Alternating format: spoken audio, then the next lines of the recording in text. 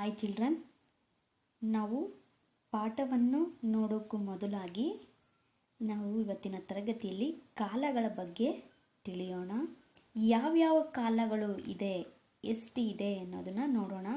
ಮೊದಲಿಗೆ ಮಳೆಗಾಲ, ನಂತರ ಚಳಿಗಾಲ, ತದನಂತರ ಬೇಸಿಗೆಗಾಲ.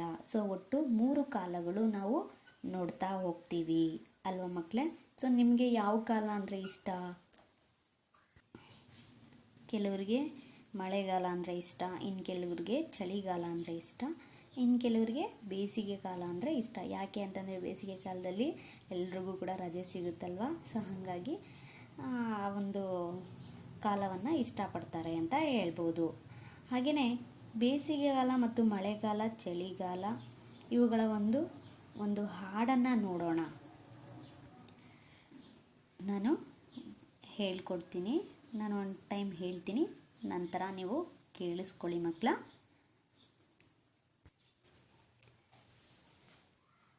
ಬಂತಪ್ಪ ಬಂತು ಮಳೆಗಾಲ, ಬೀಜವ ಬಿತ್ತುವ ಈ ಕಾಲ, ಭೂಮಿ ಹಸಿರಾಗುವ ಈ ಕಾಲ, ಬೆಳೆಯನ್ನು ಬೆಳೆಯುವ ಈ ಕಾಲ. ಸೊ ನಾವು ಮೊದಲಿಗೆ ಮಳೆಗಾಲವನ್ನು ನೋಡಿದಾಗ, ಸೊ ಮಳೆಗಾಲದಲ್ಲಿ ನಾವು ರಾಗಿಯನ್ನು ಬಿತ್ತುತ್ತೀವಿ ಅಲ್ವಾ ಮಕ್ಕಳೇ? ಹಾಗೆ ಭೂಮಿ ಹಸಿರಾಗಿ ಕಾಣ್ತಾ ಇರುತ್ತೆ ಮಳೆಗಾಲದಲ್ಲಿ. ಬೆಳೆಯನ್ನು ಬೆಳೆಯೋದಕ್ಕೆ ಅನುಕೂಲವಾಗಿರುವಂತಹ ಕಾಲವಾಗಿದೆ. ನಂತರ ಬಂತಪ್ಪ ಬಂತು ಚಳಿಗಾಲ, ಎಲೆಗಳು ಉದುರುವ ಈ ಕಾಲ, ಗಡಗಡ ನಡುಗುವ ಈ ಕಾಲ, ಕಂಬಳಿ ಹೊದ್ದುವ ಈ ಕಾಲ. ಸೊ ಇಲ್ಲಿ ಏನಪ್ಪ ಅಂತಂದರೆ, ಈ ಚಳಿಗಾಲದಲ್ಲಿ ಮರದಲ್ಲಿರುವಂಥ ಎಲೆಗಳೆಲ್ಲ ಉದುರೋಗುತ್ತೆ. ಸೊ ಆಗ ಬಹಳಷ್ಟು ಚಳಿ ಆಗ್ತಾ ಇರುತ್ತೆ. ಸೊ ಆಗ ನಮಗೆ ಬಿಸಿ ಬಿಸಿಯಾಗಿರುವಂಥದ್ದನ್ನೇ ತಿನ್ನಬೇಕು ಅಂತ ಅನ್ನಿಸುತ್ತೆ.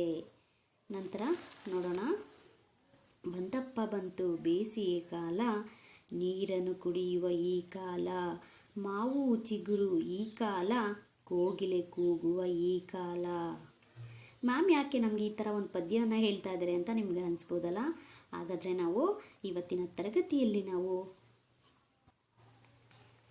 ತರಗತಿಯಲ್ಲಿ ನಾವು ಮಳೆ ಎಂಬ ಪದ್ಯವನ್ನು ನೋಡ್ತಾ ಇದ್ದೀವಿ. ಸೊ ಪಾಠ 4 ಮಳೆ ಪದ್ಯ. ಸೊ ಇವತ್ತಿನ ತರಗತಿಯಲ್ಲಿ ನಾವು ಮಳೆ ಪದ್ಯವನ್ನು ನೋಡೋಣ ಮಕ್ಕಳೇ.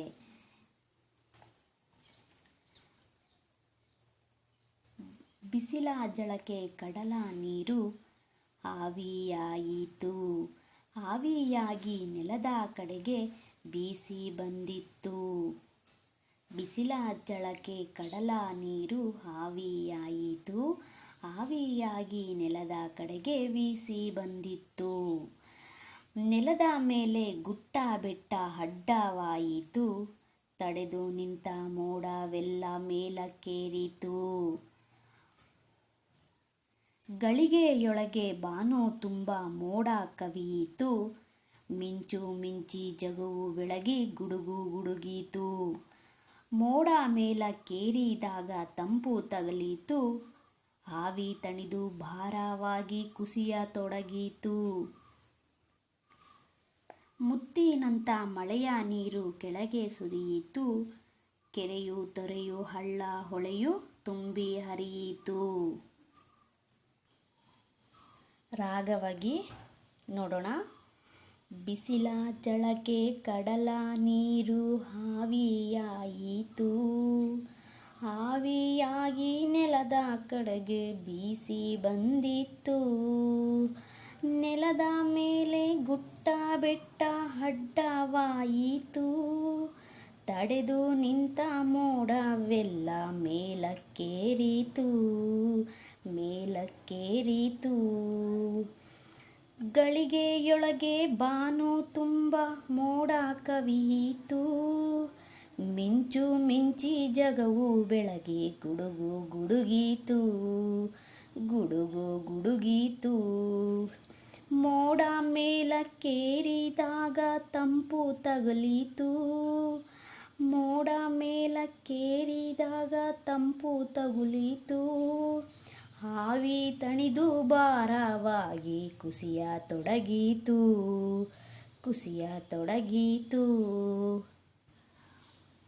ಮುತ್ತಿನಂತ ಮಳೆಯ ನೀರು ಕೆಳಗೆ ಸುರಿಯಿತು, ಕೆರೆಯು ತೊರೆಯು ಹಳ್ಳ ಹೊಳೆಯು ತುಂಬಿ ಹರಿಯಿತು, ತುಂಬಿ ಹರಿಯಿತು.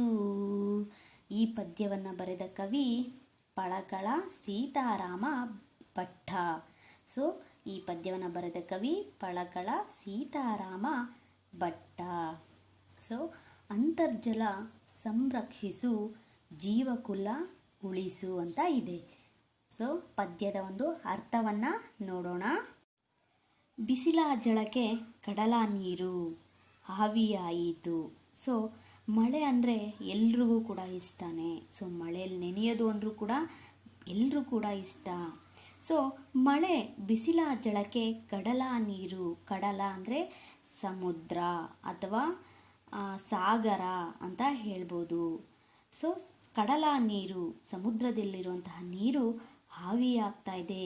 ಈಗ ನಾವೇನಾದರೂ ನೀರು ಕುದಿಸುವಾಗ ನೋಡಿ, ಬೇಕಾದರೆ ನೀರು ಕುದಿಸುವಾಗ ಆ ಆವಿ ಆಗ್ತಾ ಹೋಗುತ್ತೆ ನೀರು. ಇಲ್ಲಾಂದರೆ ಒಂದು ಬಿಸಿಲಲ್ಲಿ ಒಂದು ಜಗ್ಗು ತುಂಬ ನೀರಿಟ್ಬಿಡಿ ಮಕ್ಕಳ, ಆವಾಗ ನೋಡಿ ಇನ್ನು ಸ್ವಲ್ಪ ಹೊತ್ತು ಒಂದು 2-3 ಅವರ್ ಬಿಟ್ಟಾದಮೇಲೆ ನೀವು ಅದನ್ನು ನೋಡಿದಾಗ ಅದರಲ್ಲಿರುವಂಥ ನೀರೆಲ್ಲ ಸ್ವಲ್ಪ ಖಾಲಿ ಆಗಿರುತ್ತೆ. ಎಲ್ಲೋಗಿರುತ್ತೆ ಅಂತ ಗೊತ್ತಿರಲ್ಲ, ಬಟ್ ಅದು ಆವಿ ಆಗ್ತಾ ಹೋಗಿರುತ್ತೆ. ಆವಿಯಾಗಿ ನೆಲದ ಕಡೆಗೆ ಬೀಸಿ ಬಂದಿತ್ತು. ಸೊ ಆ ಸಮುದ್ರದಲ್ಲಿರುವಂತಹ ನೀರು ಏನಾಗುತ್ತೆ ಅಂತಂದರೆ ಆವಿಯಾಗಿ ಈ ಒಂದು ನೆಲದ ಕಡೆ, ಸೊ ಭೂಮಿ ಮೇಲೆ ಕಡೆಗೆ ಬರುತ್ತೆ ಅಂತ ಹೇಳ್ತಾ ಇದ್ದಾರೆ. ನೆಲದ ಮೇಲೆ ಗುಟ್ಟ ಬೆಟ್ಟ. ಸೊ ನೆಲದ ಮೇಲೆ ಗುಟ್ಟ ಬೆಟ್ಟ ಅಡ್ಡವಾಯಿತು. ಯಾವಾಗ ಈ ಸಮುದ್ರದಲ್ಲಿರುವಂಥ ನೀರು ಆವಿಯಾಗಿ ಈ ನೆಲದ ಕಡೆಗೆ ಬರುವಂಥ ಒಂದು ಟೈಮಲ್ಲಿ ಏನಾಗುತ್ತೆ, ಗುಟ್ಟ ಬೆಟ್ಟ ಅಂದರೆ ಬೆಟ್ಟಗಳು, ಈ ಗಿಡ ಮರಗಳು ಎಲ್ಲ ಕೂಡ ಅಡ್ಡವಾಗುತ್ತೆ. ಸೊ ತೊಂದರೆ ಕೊಡುತ್ತೆ ಅಂತ ಹೇಳ್ತಾ ಇದ್ದಾರೆ. ಅದನ್ನೆಲ್ಲ ತಡೆದು ನಿಂತ ಮೋಡವೆಲ್ಲ ಮೇಲಕ್ಕೇರಿತು. ಅದನ್ನೆಲ್ಲ ಕೂಡ ತಡ್ಕೊಂಡು ಇದ್ದಂಥ ಈ ಮೋಡ, ಆ ಆವಿಯಾಗಿರುವಂಥ ನೀರೆಲ್ಲ ಎಲ್ಲೋಯ್ತು, ಮೇಲಕ್ಕೆ ಹೋಯಿತು ಅಂತ ಹೇಳ್ತಾ ಇದ್ದಾರೆ. ಗಳಿಗೆಯೊಳಗೆ ಭಾನು ತುಂಬ ಮೋಡ ಕವಿಯಿತು. ಸೊ ಗಳಿಗೆಯೊಳಗೆ ಭಾನು ತುಂಬ ಮೋಡ ಕವಿಯಿತು. ಸೊ ಗಳಿಗೆ ಒಂದು ಕ್ಷಣದಲ್ಲಿ ಆ ಭಾನು ಅಂದರೆ ಏನಪ್ಪ ಅಂದರೆ ಆಕಾಶ, ಗಗನ, ಈ ಆಕಾಶದ ತುಂಬ ಮೋಡಗಳು ಕವಿಯಿತು. ಸೊ ಮೋಡವನ್ನು ಕವುಚ್ಕೊಂತು ಅಂತ ಹೇಳ್ತೀವಲ್ಲ, ಕಪ್ಪು ಮೋಡಗಳು ಶುರುವಾಯಿತು. ಮಿಂಚು ಮಿಂಚಿ ಜಗವು ಬೆಳಗಿ. ಯಾವಾಗ ಈ ಮೋಡ ಕಪ್ಪಗೆ ಆಯಿತೋ, ಸೊ ಆಗ ಮಿಂಚು ಗುಡುಗು ಎಲ್ಲ ಕೂಡ ಒಂದು ಪ್ರಾರಂಭವಾಗುತ್ತದೆ. ಸೊ ಮಿಂಚು ಮಿಂಚಿ ಜಗವು ಬೆಳಗಿ, ಸೊ ಪ್ರಪಂಚವನ್ನೇ ಬೆಳಗಿ ಗುಡುಗು ಗುಡುಗೀತು. ಸೊ ಗುಡುಗನ್ನು ಗುಡುಗಿಸ್ತು. ಈ ಮಳೆಗಾಲದಲ್ಲಂತೂ ಬಹಳಷ್ಟು ಆರ್ಭಟಿಸುತ್ತೆ ಅಲ್ವಾ ಈ ಮಿಂಚು ಮತ್ತು ಗುಡುಗು. ಸೊ ಹಾಗೆ ಮೋಡ ಮೇಲಕ್ಕೇರಿದಾಗ ತಂಪು ತಗಲಿತು. ಯಾವಾಗ ಮೋಡಗಳು ಮೇಲಕ್ಕೆ ಹೋದಾಗೆಲ್ಲ ನಮಗೆ ತಂಪಾಗಿರುವಂಥ ಗಾಳಿ ಸಿಗುತ್ತಾ ಹೋಗುತ್ತೆ. ಆವಿ ತಣಿದು ಭಾರವಾಗಿ, ಆ ಆವಿಯನ್ನು ಅದು ಎಷ್ಟು ಅಂತ ತಡ್ಕೊಳ್ಳುತ್ತೆ, ಆ ಒಂದು ಕೊನೆಗೆ ಏನಾಗುತ್ತೆ, ತಡಿದು ಭಾರವಾಗಿ ಅದು ಕುಸಿಯತೊಡಗುತ್ತೆ. ಅಂದರೆ ಸೊ ಸಾಕಾಗಿ ಬಿಡುತ್ತೆ ಅಂತ ಹೇಳ್ತಾ ಇದ್ದಾರೆ. ಸೊ ಆಗ ನೆಕ್ಸ್ಟ್ ನೋಡಿ, ಮುತ್ತಿನಂಥ ಮಳೆಯ ನೀರು ಕೆಳಗೆ ಸುರಿಯಿತು. ಸುರಿಯಿತು ಅಂತಂದರೆ ಕೆಳಕ್ಕೆ ಬೀಳುತ್ತೆ, ಧರಿಯಾಗಿ ಮಳೆ ಬೀಳುತ್ತೆ ಅಂತ ಹೇಳ್ಬೋದು.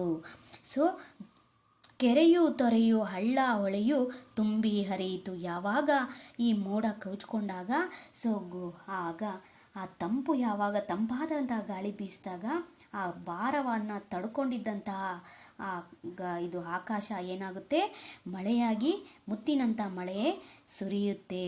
ಸೊ ಅದು ನಮಗೆ ಮಳೆ ರೂಪದಲ್ಲಿ ಅಲ್ಲಿದ್ದಂಥ ಕೆರೆಗಳು, ತೊರೆಗಳು, ಹಳ್ಳಗಳು, ಹೊಳೆಗಳು ಇವೆಲ್ಲ ಕೂಡ ತುಂಬಿ ಹರಿಯುತ್ತೆ ಅಂತ ಹೇಳ್ಬೋದು. ಸೊ ತಣಿದು ಅಂದರೆ ತಂಪಾಗಿ ಅಂತ ಹೇಳ್ಬೋದು. ತಣಿದು ಅಂದರೆ ತಂಪಾದಂಥ ಗಾಳಿ ನಮಗೆ ಬೀಸಿ ಅದನ್ನು ತಡ್ಕೊಂಡಿದ್ದು ನಮಗೆ ಒಂದು ಮಳೆಯನ್ನು ನೀಡುತ್ತೆ. ಸೊ ಮೋಡ ಇಷ್ಟೆಲ್ಲ ಮಳೆ ಬರಬೇಕಂದ್ರೆ ಇಷ್ಟೆಲ್ಲ ಇರುತ್ತೆ ಅಲ್ವಾ. ಸೊ ಹಾಗೇ ಈ ಪದ್ಯವನ್ನು ನಿಮಗೆ ಬಹಳಷ್ಟು ಮಹತ್ವವನ್ನು ನೀಡಿ ಪಳಕಳ ಸೀತಾರಾಮ ಭಟ್ ಅವರು ಒಂದು ಇಟ್ಟಿದ್ದಾರೆ. ಸೊ ಅಂತರ್ಜಲ ಸಂರಕ್ಷಿಸು. ನಾವು ಯಾವುದೇ ಎಲ್ಲಾದರೂ ಆಗಲಿ ಹನಿ ಹನಿ ಗೂಡಿದರೆ ಹಳ್ಳ ಅಂತ ಹೇಳ್ಬೋದಲ್ವಾ. ಸೊ ಆ ನೀರನ್ನು ಮಾತ್ರ ನಾವು ಯಾವತ್ತಿಗೂ ವೇಸ್ಟ್ ಮಾಡಬಾರ್ದು. ಅಂತರ್ಜಲವನ್ನು ನಾವು ಯಾವತ್ತೂ ಸಂರಕ್ಷಿಸಬೇಕು, ಅದನ್ನು ಮಲಿನ ಮಾಡಬಾರ್ದು. ಸೊ ಅದು ಜೀವಕುಲವನ್ನು ಉಳಿಸುತ್ತೆ. ಸೊ ನೀರಿದ್ದರೆ ನಾವು ಪ್ರಾಣವನ್ನು ಉಳಿಸ್ಕೊಬೋದು, ಊಟ ಇಲ್ಲದೆ ಬೇಕಾದರೆ ಇರ್ಬೋದು, ಬಟ್ ನೀರಿಲ್ಲದೇ ಇರೋದಕ್ಕೆ ಆಗೋದಿಲ್ಲ. ಸೊ ಹಾಗಾಗಿ ನಾವು ಮಳೆ ನೀರನ್ನು ಏನಾದರೂ ಒಂದು ಉಪಯೋಗ ಮಾಡ್ಕೊಬೇಕು. ಹಾಗೆ ಮಳೆ ನೀರನ್ನು ವೇಸ್ಟ್ ಮಾಡಬಾರ್ದು. ನಿಮ್ಮ ಮನೆಗಳ ಮೇಲೆ ಬಿದ್ದಂಥ ನೀರನ್ನು ನೀವು ಸಂರಕ್ಷಿಸ್ಕೊಳ್ಳಿ, ನೀರನ್ನು ವೇಸ್ಟ್ ಮಾಡ್ಕೊಬೇಡಿ ಅಂತ ಹೇಳ್ತಾ ಇದ್ದಾರೆ.